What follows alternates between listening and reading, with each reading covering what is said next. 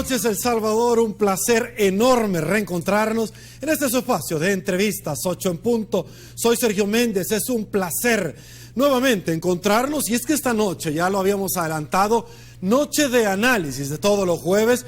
Vamos a estar conversando sobre temas de actualidad. Dos resoluciones de la Sala de lo Constitucional de la Corte Suprema de Justicia que tienen a todo el país en posiciones encontradas. Una de ellos, señores, es que la difusión roja, si es equiparable a una detención.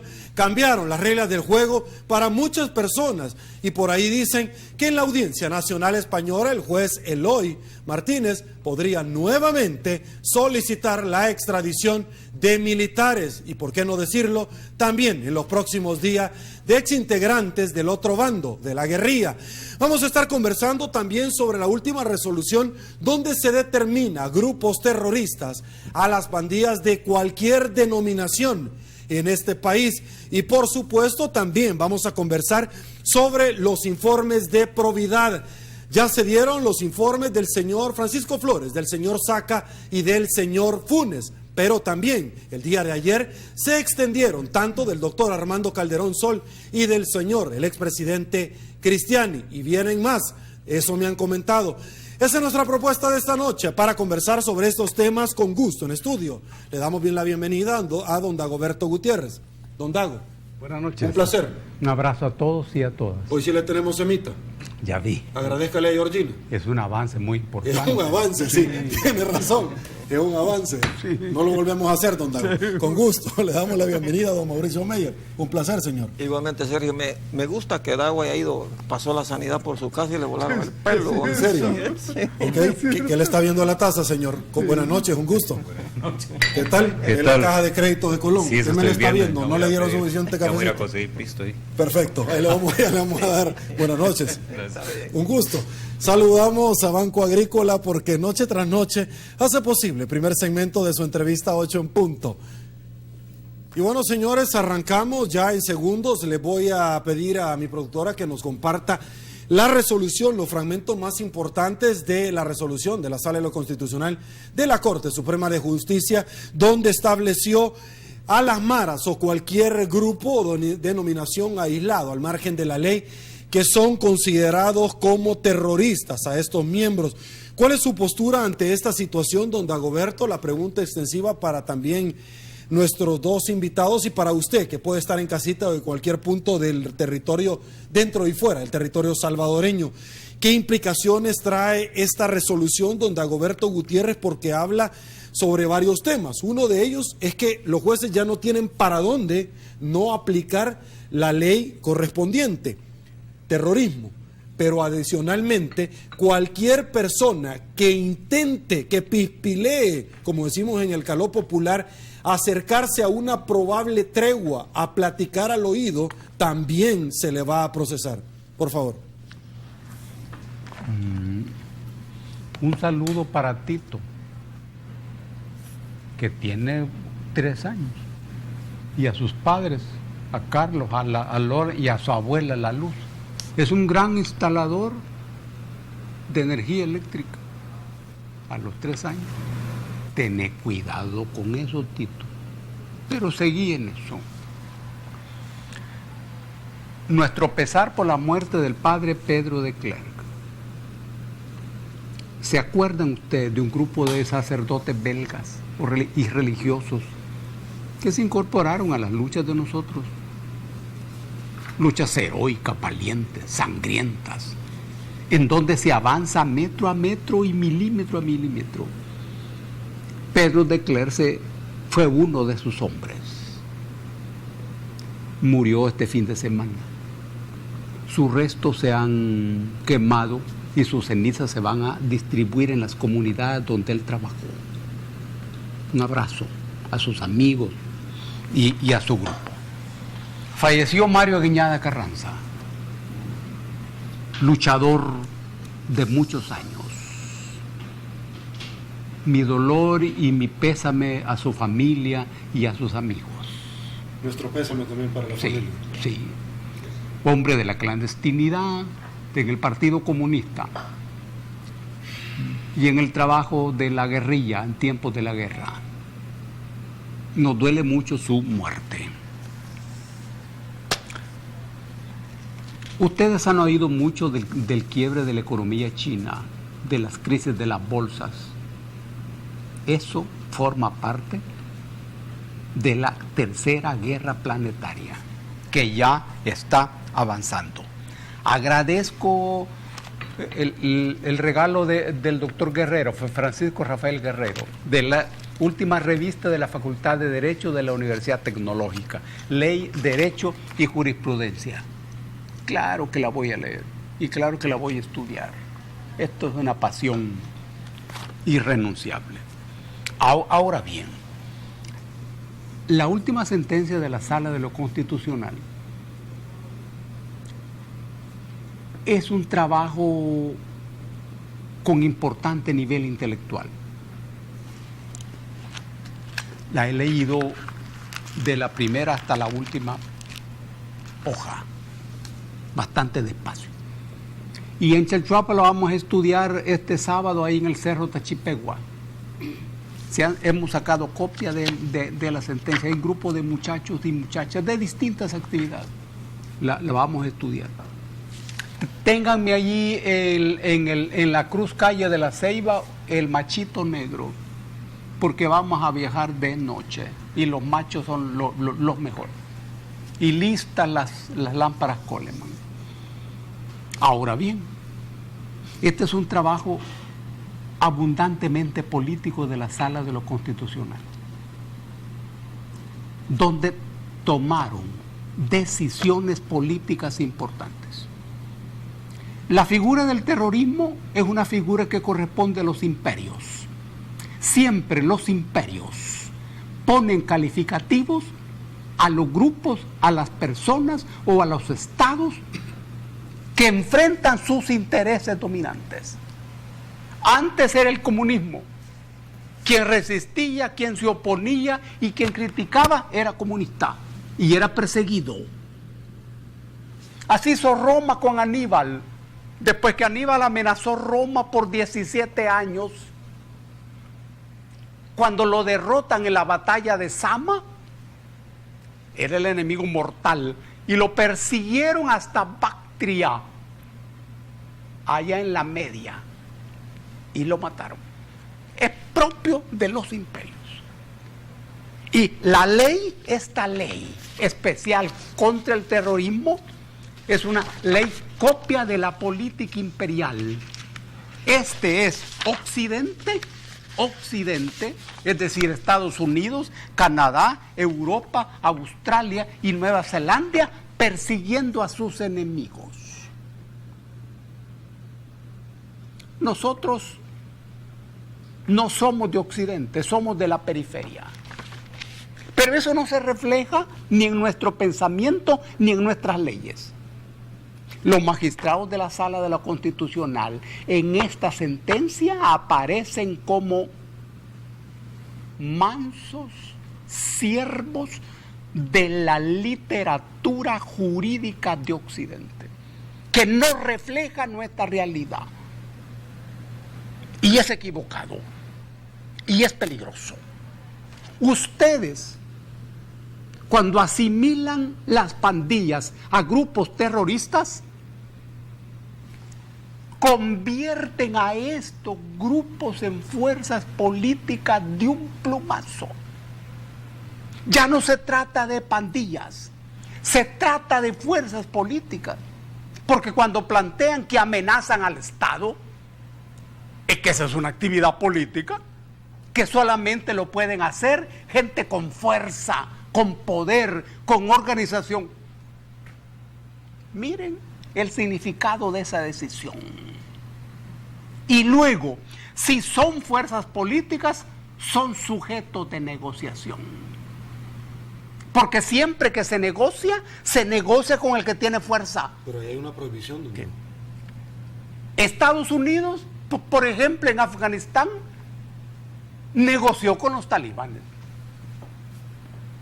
Quienes eran terroristas, quienes eran sus enemigos mortales. Pero, ¿y con quién iba a negociar para retirarse del territorio luego de su derrota militar en el territorio? Con los talibanes. Cuba estaba en la lista terrorista. ¿Y con quién se negoció? Washington, ¿con quién negoció? Con Cuba. Es lógico, es así. Cuando ellos convierten a estos grupos en fuerzas terroristas, entonces les están dando de un plumazo fuerza.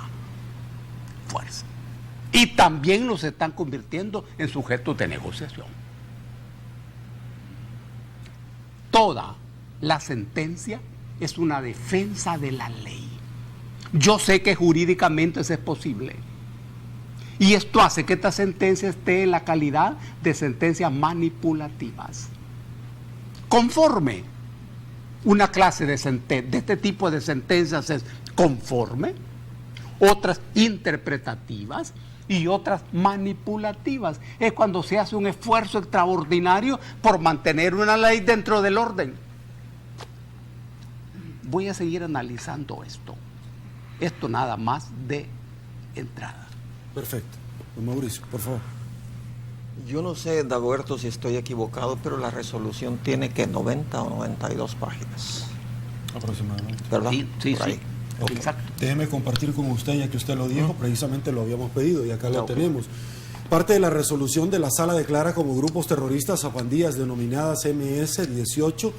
La sentencia emitida por parte de la Sala consideró en su sentencia que es un hecho notorio que las organizaciones criminales antes mencionadas realizan dentro de su accionar atentados sistemáticos a la vida, seguridad e integridad personal de la población, incluidos contra las autoridades civiles, militares, policiales y penitenciarias, contra la propiedad mediante la ejecución de delitos de extorsión a personas naturales o jurídicas. Nos vamos abajo. Con base en ello, la Sala concluye que son grupos terroristas las pandillas denominadas Mara Salvatrucha o MS-13 y la pandilla 18 o Mara 18 o cualquier otra pandilla u organización criminal. Por favor. Yo creo que el análisis de Dagoberto es correcto, porque cuando el gobierno de El Salvador reconoció al FMLN como un movimiento guerrillero conformado por 5 grupos diferentes, pues obviamente le estaba dando posición a cada uno de estos grupos. Ahora, a mí lo que me preocupa en la resolución de la Sala es que específicamente habla de 2 pandillas, pero todos sabemos que no es solamente la 18 ni la Salvatrucha. Obviamente en la parte que dice y otros grupos, etcétera, etcétera, etcétera. Sí, pero cuando usted va a decir eso, no puede especificar 2 y dejar todo lo demás abierto. Pero tampoco puede decir lo siguiente, cada semana nace un grupo nuevo. ¿Y qué sucedería si algún día la Mara 18 viene y dice, ya no nos vamos a llamar Mara 18? Hoy nos vamos a llamar Mara 503. Ya no estamos considerados ya no está, claro. Ese es un problema que creo yo que la resolución, como todas las cosas que suceden en nuestro país, todas comienzan con las ganas de hacerlo bien, pero en el camino se pierden. Tomemos un ejemplo hipotético que es hasta peligroso. ¿Bajo qué concepto los financistas o los que alguien piense que se está colaborando con los grupos terroristas o los grupos pandilleros para que ellos hagan su labor? Si las telefónicas, por ley, tienen que bloquear la salida de los celulares de los centros penales y no acatan eso, vendrá alguien y dirá, como no están acatando lo que tienen que hacer, ¿será que están de acuerdo con las maras? Porque aquí la gente puede pensar todo lo que quiera. Cualquiera va a venir y va a acusar a las telefónicas por no cumplir esa ley de que son parte de los que le están ayudando a las maras. Mire, vayamos un poquito para atrás. ¿Cómo se pueden juzgar los que mataron a los 14 pandilleros en el penal de Quesaltepec? En el penal de Quesaltepec. Porque la pregunta que todos nos tenemos que hacer es muy sencilla y ni un tan solo periodista ha hecho esa pregunta. Dígame. ¿Quién los mató? Purga. Yo se la hizo al ministro cuando me acompañó esta semana. Momento. Purga. ¿Quién los purgó? La misma Mara. No, un momentito. Esa es la hipótesis no, bajo la pesquisa que tiene. Pero veamos, El fiscal general dice que la orden salió de Gotera. El ministro de Justicia dice que fue una purga. El ministro de... Todos dicen que fue una purga. Sí, pero físicamente, ¿quién los mató? Pero más importante aún, si estos 14 que murieron eran, utilizando un término coloquial, soplones del gobierno, y no los protegieron, y los cabecillas que estaban en Gotera se enteraron de eso, porque posiblemente venían, agarraban a cualquiera de estos 14, decían que iban donde el juez y a lo mejor lo llevaban para que hablaran. Si de eso se enteró los cabecillas, por eso fue la purga. Pero también sería un grave error de los centros penales de si ellos eran soplones, porque los tenían en un ambiente de peligrosidad.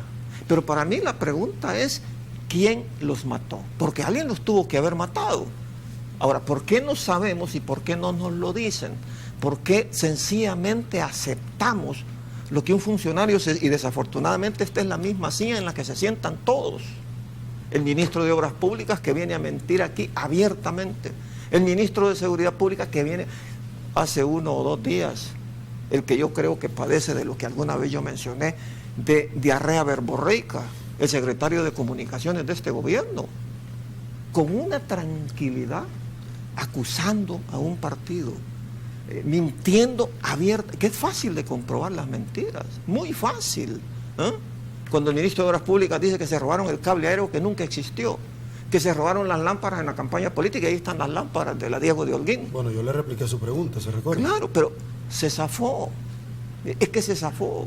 Dice que va a poner un puesto de policía en ese parque que van a inaugurar. Cada policía va a cuidar todos los postes. No, mire, para terminar, la Diego de Holguín no está iluminada porque no han pagado el costo de iluminarla durante un año. Esas lámparas costaron 5 veces más que lo que cuesta una lámpara normal, porque son lámparas de inducción magnética, inaugurada por Mauricio Funes en el año 2010 y sin iluminación desde el año 2014. Ok, doctor, por favor. Bueno, este asunto de esta declaración de la Sala de lo Constitucional, de definir como terroristas a quienes participan en actos delincuenciales en estructuras como las maras, es algo interesante en el sentido de que despeja el camino para quienes no encontraban una forma para facilitar el procesamiento penal de los capturados. En ese sentido tiene un carácter instrumental. Yo no veo que sea una pretensión así de filosofía del derecho, ¿verdad?, que tenga una extensión más allá del carácter meramente instrumental. Es una declaración que va a servir a la Fiscalía, ojalá, para facilitar, ¿verdad?, el procesamiento de las personas que captura, y también sale al paso de aquellas barreras que algunos jueces planteaban de que no podían aplicar, ¿verdad? Sin embargo, por muy clara que esté la definición de terrorista en este documento, sigue estando en manos de la Fiscalía la capacidad de poder probar, ¿verdad?, de poder demostrar, de poder generar la evidencia técnica, científica, etcétera, que pueda servir al juez para poder aplicar una ley de este tipo. Porque el juicio final queda siempre en la razón jurídica que está en el juez, y eso lo que nos plantea es que vamos a estar en el futuro quizá entre más procesados por un mismo delito, en este caso de terrorismo, pero también vamos a seguir viendo la resistencia de algunos jueces que pueden facilitar la aplicación si simplemente se atienen al tenor de lo que dice la sala, o vamos a ver también la reacción de aquellos jueces un tanto más estudiosos que pueden argumentar desde la misma razón jurídica la inviabilidad de aplicación de este tipo de cosas. En todo caso, yo insisto que esta es una declaración que tiene un carácter más o menos instrumental, pero que también hay un trasfondo, y es que permite conectar una legislación salvadoreña con los enfoques de seguridad nacional de los Estados Unidos y de la región centroamericana.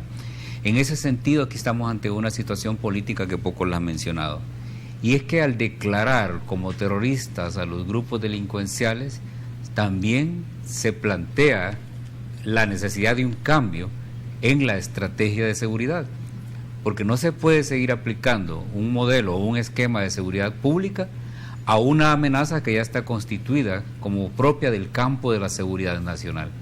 Puede servir esta ley entonces quizá para facilitar una presencia, una participación más directa de la Fuerza Armada, pero no como la mera acompañante de la Policía Nacional Civil, ¿verdad?, sino que como una fuerza nacional que sale a la defensa del Estado, de la soberanía, de los grandes objetivos, como la doctrina dice.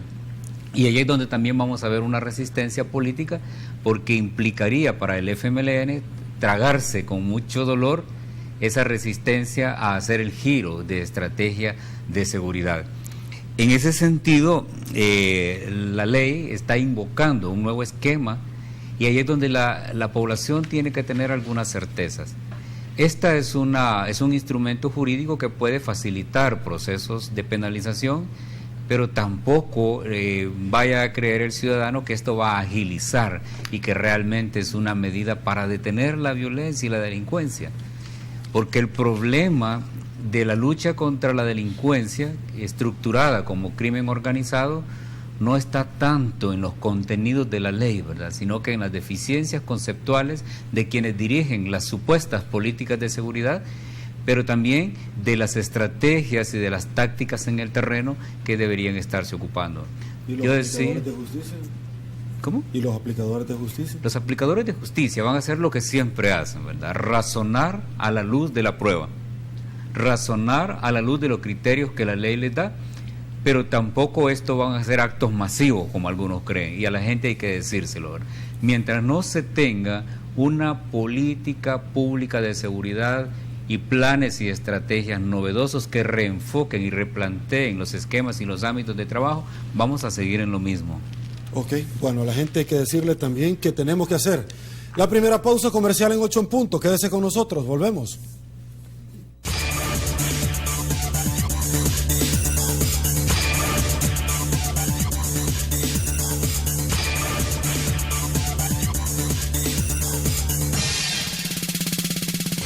Señores, estamos de regreso. Mil gracias por su privilegio. Don Dagoberto, ¿usted quería agregar algo antes de pasar a la otra resolución con relación a la primera?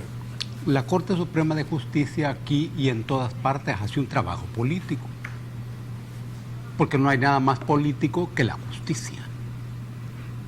Solo el poderoso hace justicia y le hace justicia al débil. En ocasiones la justicia no es lo más justo, pero en ocasiones también lo justo no es la justicia. Este es un tema áspero. Ahora bien, las sentencias de la Sala de lo Constitucional, como esta trabaja con una materia política que es la Constitución, rigurosamente política, serán las sentencias. Ahora bien, cuando la Sala aborda el problema de las pandillas, está abordando un problema rigurosamente político. Es más, en el momento actual, el escenario político del país se juega en el tema bandas. Cuando aparece esto cifrado como seguridad, no es rigurosamente correcto, porque la seguridad es otra cosa, pero es que se asimila a ese tema. Y el escenario político, repito, es rigurosamente eso. Aquel que resuelva esto o que avance en la solución de esto, gana políticamente un gran territorio. Por eso es que nadie colabora con otro, porque este es justamente el tema. Ahora bien, ¿y un problema político se aborda con leyes? Es decir, ¿el derecho es el que moldea el acero político? No. El derecho está al servicio del universo político. El derecho es el que proporciona la legalidad. Siempre ha sido así. Y sobre la base de la legalidad se levanta la legitimidad. La legalidad vuelve legal la decisión política, por perversa que ésta sea. Y la legitimidad es el reconocimiento de la gente a esa legalidad. Cuando la gente dice, está bien, es conveniente, muy bien. En este caso hay una ley de terrorismo, y hay una sentencia. En una primera mirada, esta sentencia es la cura para todas las calenturas que tienen que ver con el terrorismo. Pero no. Y la sala lo sabe. Y los imperios lo saben. Ninguna ley va a resolver semejante problema político de la envergadura de la guerra social. Sabemos que esto necesita un abordaje político. 2, un abordaje de largo plazo con participación de todo el aparato del Estado y de toda la sociedad, donde participen todos los ministerios.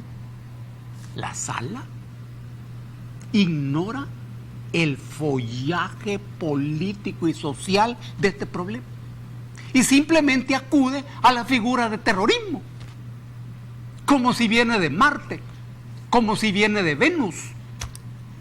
Cuando los franceses, los ingleses, los gringos usan esta figura, ellos saben a qué se está refiriendo. Llaman terrorismo al Estado Islámico. Claro.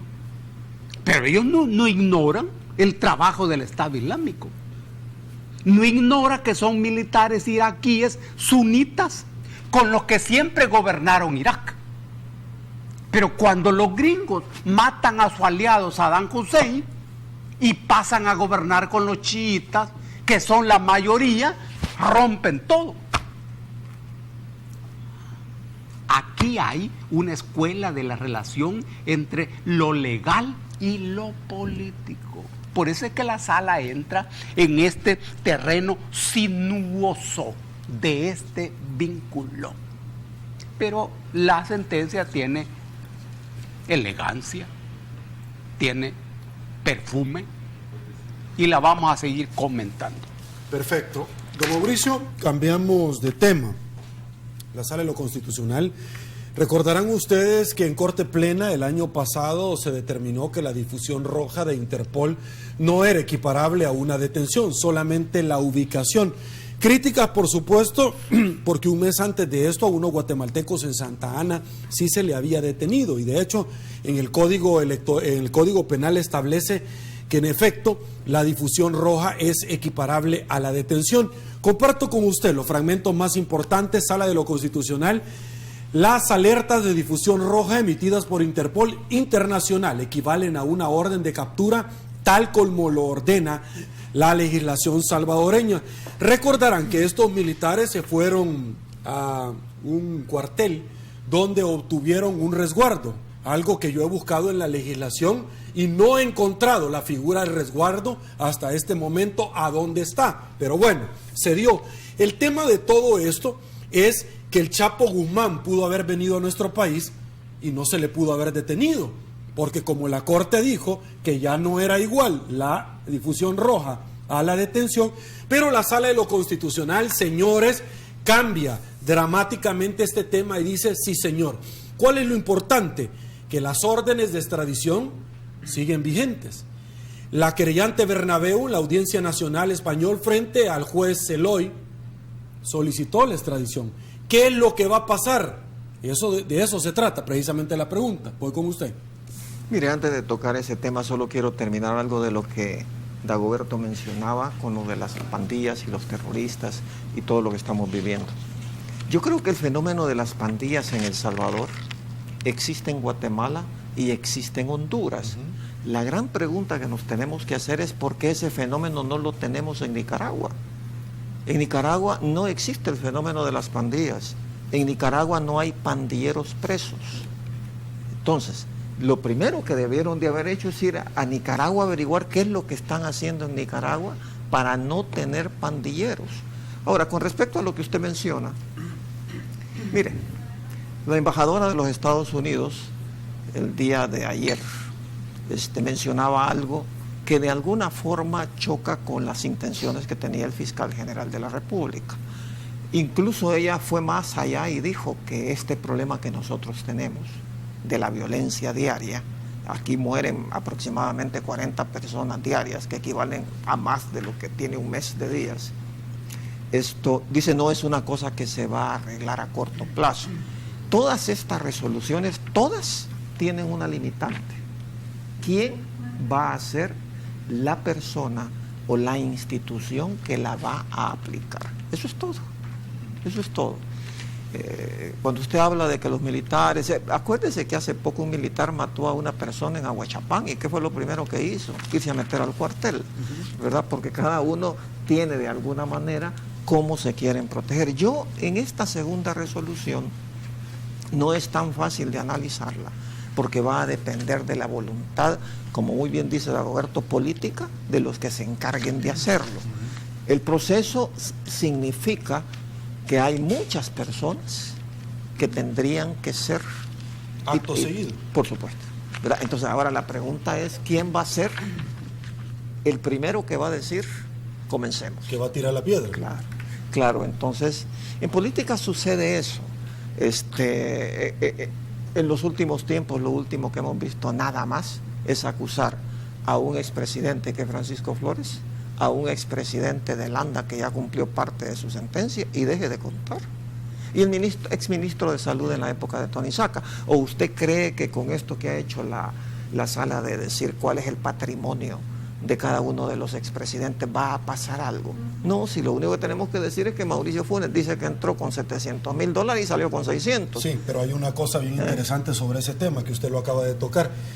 Ya lo voy a abordar más adelante. Okay. El tema es que el acto seguido dentro de la ley de probidad es que los llamen para que expliquen cómo tuvieron esa ampliación, porque si no, estamos frente a la constitución de un delito, enriquecimiento ilícito. Se la mandan al fiscal. Tanto el tema ese del enriquecimiento ilícito como el tema de los militares, si no procede el fiscal general, estamos en presencia que la institucionalidad del país no sirve y hay que llamar a las ICIES. Pero es que mire, aquí hay abogados que van al Instituto de Transparencia porque quieren averiguar de qué está enfermo el presidente. Yo solo me voy a preocupar el día que tenga enfermo un pariente. A mí me vale si el presidente está enfermo o no. ¿Por qué va a perder tiempo esta institución en averiguar de qué está enfermo el presidente? Y por supuesto que no va a pasar nada, porque Jaime Campos, que es parte de eso, era alguien que iba como propuesto para ser, por eso, porque de los, ¿cuántos eran los que estaban para ser magistrados? Quedó fuera. Pero entonces yo no va a pasar nada. Y vamos a suponer que nos digan de qué está enfermo. ¿Y qué ganamos con saber de qué está enfermo? Pues nada. No, sí que a mí la enfermedad del presidente no me importa porque no es nada mío. Yo solo me voy a preocupar el día que mi familia se enferme. Pero a mí me da igual, pues.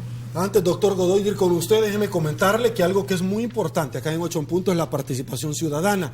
Saludamos a la Caja de Crédito de Colón y a todos los amigos televidentes que opinan en la parte inferior de su pantalla. Ahí está su participación. Doctor Godoy, voy con la misma resolución, con usted. Sí, antes de tocar la resolución voy a tomarme 10 segundos para referirme siempre a la ley anterior. Esta declaración de terrorismo, la definición de terrorismo también tiene un carácter de anticipación, tiene un carácter preventivo, en el sentido de que lo que hoy llamamos agrupaciones de maras, hace una par de décadas no eran más que grupos de jóvenes que hacían violencia, que evolucionaron después a actividad de pandillas, luego a delincuencia de pandillas, estructurándose ahora como crimen organizado, pero que así como estamos viendo las cosas, uno puede imaginar, ¿verdad? Con variables científicas, por supuesto, de que estas agrupaciones podrían evolucionar a convertirse en grupos armados con pretensión política.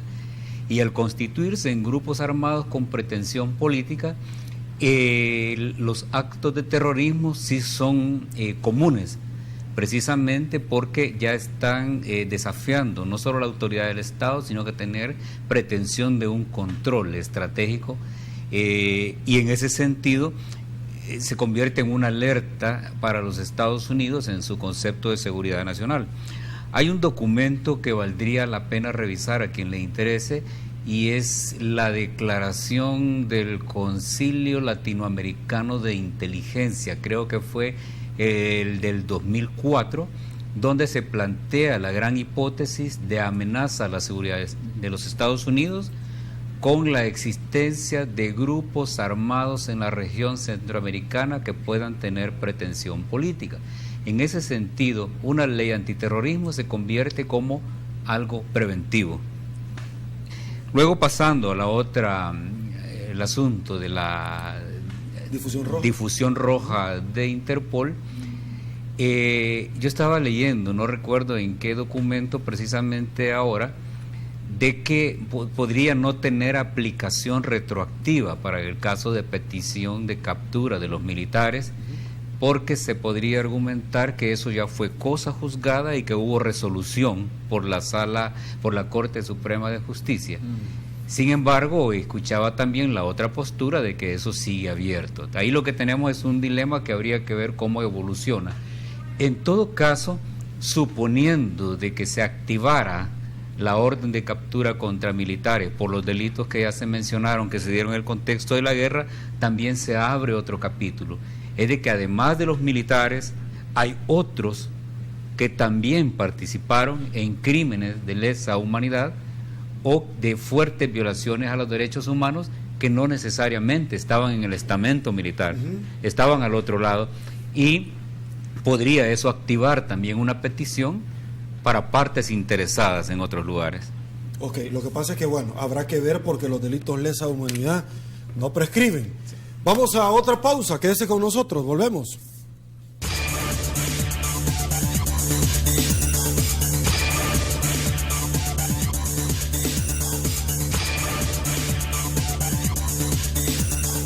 El tercer segmento de su entrevista 8 en punto es gracias a COVID RL. Continuamos. Somos una empresa que le brinda una amplia gama de servicios financieros competitivos. RL, su banco cooperativo de confianza.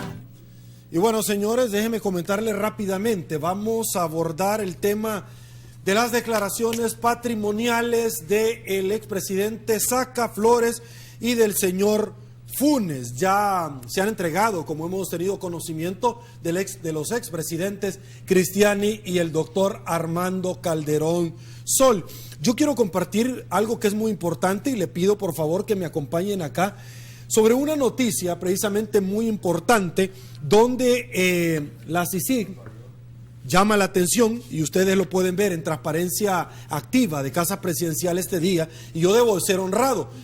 El expresidente Funes, ustedes recordarán que dio paso en su inicio a la CICIG a preguntar cómo era ese tema para que se implementara en nuestro país. El tema es que después dio un paso para atrás. Lo interesante del asunto es que en Transparencia Activa se pondera una entrevista que se le realizó al ex candidato del partido Arena, el diputado Rodrigo Ávila. CICIG en El Salvador sería un circo más grande en Latinoamérica.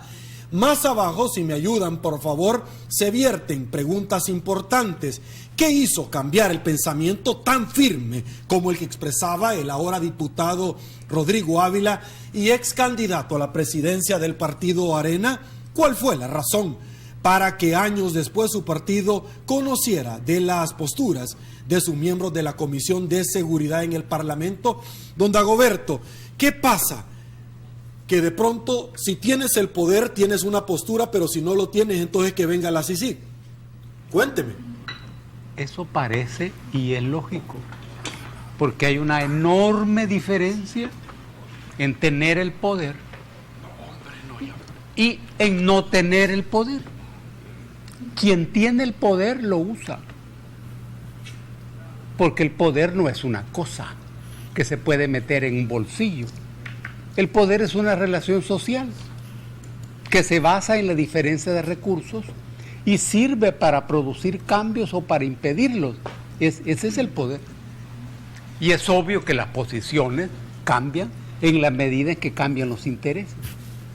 Por ejemplo, la posibilidad que una comisión como esta Comisión Internacional Investigativa funcione en un país depende de la correlación de fuerzas y de la problemática estructural. ¿Por qué en Guatemala se está produciendo lo que se está produciendo? Es por el trabajo de la CICIG. ¿Es esta comisión internacional la que está produciendo esos acontecimientos? No, no. Son los problemas estructurales del cambio que se ha operado en Guatemala en la composición y definición del poder. Esa es una continuación de la guerra realizada en México. Ahora bien, y esa comisión internacional funcionando en un país como El Salvador, ¿hará lo mismo que en Guatemala? No. ¿Por qué? No, porque la situación estructural del poder en El Salvador es diferente a la de Guatemala. Las oligarquías son diferentes. En Guatemala funciona una burguesía que es oligárquica. Aquí funciona también una burguesía más débil que la guatemalteca, pero que también es oligárquica. Depende de eso. Lo que ocurre es que hay temor y hasta angustia al fenómeno investigación. Es mejor la transparencia, porque la transparencia nada más consiste en que el que está afuera ve lo que está ocurriendo adentro. Okay. Y ahí muere. No, muy sencillo. Dos preguntas hay que hacernos nada más. ¿Quiénes van a conformar, si acaso tenemos una CICIG en El Salvador, y quién los va a nombrar? Nada más. Doctor Godoy. Bueno, yo soy de los que se une a la petición de una comisión internacional porque soy un convencido de que las instituciones en El Salvador no van a destapar la corrupción.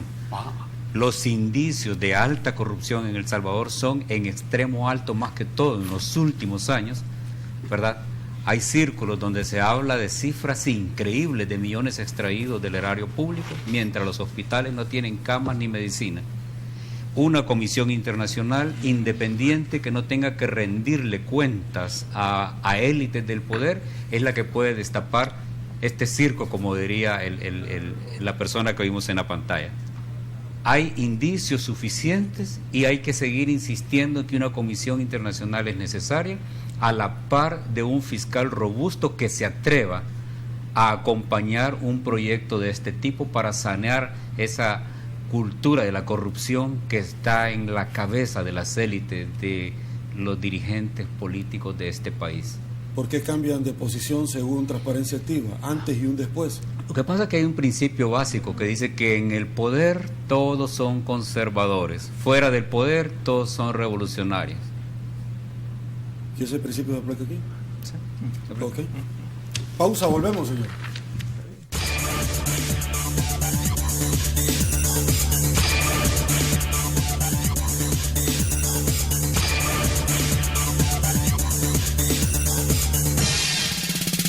Señores, estamos de regreso. Doctor Godoy, ahora un amigo televidente que me hace una pregunta y en efecto con relación a las declaraciones patrimoniales.